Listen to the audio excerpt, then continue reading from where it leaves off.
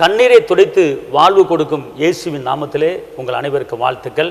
இந்த நாளிலே ஒரு அற்புதமான, ஒரு அதிசயமான, ஒரு உயர்வான, ஜீவனுள்ள ஒரு வார்த்தை உங்களுக்கு கடந்து வருகிறது.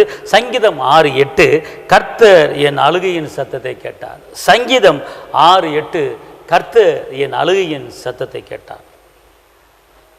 அன்பார்ந்த தெய்வ பிள்ளைகளே, தேவ ஜனமே, எந்தெந்த காரியத்துக்கு அழுது நீங்கள் விண்ணப்பத்தை வச்சிங்களோ அந்தந்த காரியத்துக்கு கர்த்தர் உங்களுக்கு ஒரு பதிலை கொடுக்கிறார். அழுகையின் சத்தத்தை கேட்டார். ஆகார் அழுதார்கள், அற்புதம் செஞ்சார். அண்ணாளம்மா அழுதாங்க, அற்புதம் செஞ்சார்.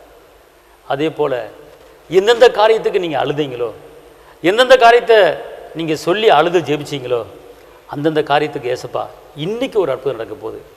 இந்த நாள் உங்கள் கண்ணீரை துடைக்கிற நாள். கடந்த நாட்களிலே, கடந்த இரவுகளிலே நீங்கள் கண்ணீரோடு நீங்கள் வேதனைப்பட்டு நீங்கள் ஜெபிச்சிங்களா? பிள்ளைகளுக்காக கண்ணீர் வடிச்சிங்களா? தொழிலுக்காக கண்ணீர் வடிச்சிங்களா? கடன் பிரச்சனை அடைவன்பு கண்ணீர் வடிச்சிங்களா? எல்லா காரியத்துக்கும் கர்த்தர் பதில் கொடுக்கிறார். உன் கண்ணீர் பாதியை உருவம் நடந்து களிப்பான நீரூற்றாய் மாற்றுகிற வல்லமை கொடுக்கிற கர்த்தர் உங்கள் கண்ணீரை துடைக்கிறார். இன்று ஒரு ஜெயத்தினால் கண்ணீர் பாதியை உருவம் நடந்து அதையே ஒரு வெற்றி வாழ்க்கையை மாற்ற போகிறீங்க. உங்களுக்கு நான் சுபிக்கிறேன்.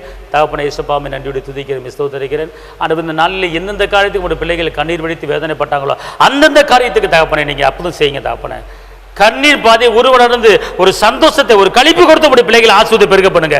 உங்க துக்க நாட்கள் முடிஞ்சு போத்து சொன்னீங்களே, பயப்படாதுன்னு சொன்னீங்களே, நான் உன்னோடு இருக்கிறேன்னு சொன்னீங்களே, இந்த நாளில் யாரெல்லாம் கண்ணீரோடு வேதனையோடு ஜெபிச்சாங்களோ அந்த காரியங்களுக்கு இன்னைக்கு பதில் தந்து உங்களுடைய பிள்ளைகளை ஆசீர்வதித்து பெருக பண்ணுங்க. தகப்பனை பா, மனதுருக்கமுள்ள தெய்வமே, இரக்கத்தின் சொருவியே, கரம்பிடித்த நாயகரே, கைவிடாத கண்மலையே, கைவிடாத மீட்பரே, கைவிடாத ரட்சகரே, உங்களுடைய பிள்ளைகளை ஆசீர்வதித்து பெருக பண்ணுங்க.